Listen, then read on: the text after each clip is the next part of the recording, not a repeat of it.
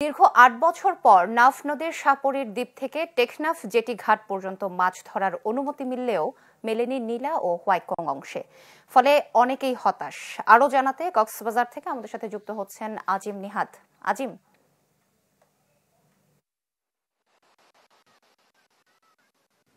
সোহেলি, আসলে দীর্ঘদিন ধরে টেকনাফের মানুষ প্রায় ৮ বছর ধরে সে নাফ নদীতে মাছ ধরতে পারেনি। কারণ এই নাফ নদীতে মাছ ধরে জীবিকা নির্বাহ করত অধিকাংশ মানুষ। ফলে দীর্ঘদিন ধরে তারা অধীর অপেক্ষায় ছিলেন যে কখন তাদের তাদের যে হাইকোর্টের আদেশের প্রেক্ষিতে জেলা প্রশাসন সেটি খুলে দিয়েছে। তবে সেখানে সবচেয়ে বড় হতাশার বিষয় হলো তারা শাহপুরের দিক থেকে টেকনাফ জেটিঘাট পর্যন্ত খুলে দিয়েছেন, কিন্তু টেকনাফ জেটিঘাট থেকে শুরু করে নীলা এবং হোয়াইকং ইউনিয়নের যে অংশটি আছে সেটি এখনো পর্যন্ত খুলে দেওয়া হয়নি। ফলে সেখানকার জেলেরা এখনো কিন্তু নাফ নদীতে মাছ ধরতে নামতে পারছেন না। ফলে তাদের মধ্যে ক্ষোভ রয়েছে, হতাশাও রয়েছে। তারা বলছেন যে তাদের সাথে এটি আসলে বৈষম্য করা হয়েছে এবং একই সময়ে এই জায়গাটিতে যদি ধরতে অনুমতি দেওয়া হয় তাহলে এই অংশের মানুষজন কি দোষ করেছে। সে কারণে তারা যেটি বলছেন যে তারা দীর্ঘদিন ধরে একইভাবে বঞ্চিত ছিলেন, এখন তাদেরকেও সমানভাবে বঞ্চিত করা হয়েছে। তবে বিপরীতে আমরা প্রশাসনের সাথে কথা বলেছি, তারা যেটি বলছেন যে যেই শাহপুরের দ্বীপ থেকে টেকনাফ জেটিঘাট পর্যন্ত যে অনুমতিটি দেওয়া হয়েছে সেটি সাময়িক, মাত্র ৩ মাসের জন্য।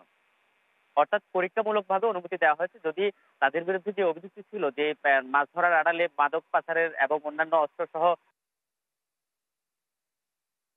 ছিল, সেটি তারা কাটিয়ে ওঠে কিনা সেটি দেখার জন্য ৩ মাসের অনুমতি দিয়েছে। তবে এই ৩ মাস চলে যাওয়ার পরে হয়তো পূর্ণাঙ্গ অনুমোদন আসবে। সেই অনুমোদনে নীলা হোয়াইকং এর যে জেলেরা বর্তমানে বঞ্চিত রয়েছেন তারাও আজিম, ধন্যবাদ আপনাকে। দর্শক, টেকনাফের নীলা এবং হোয়াইকং অংশে মাছ ধরার অনুমতি না পাওয়া নিয়ে বিস্তারিত জানাচ্ছিলেন সহকর্মী আজিম নিহাদ।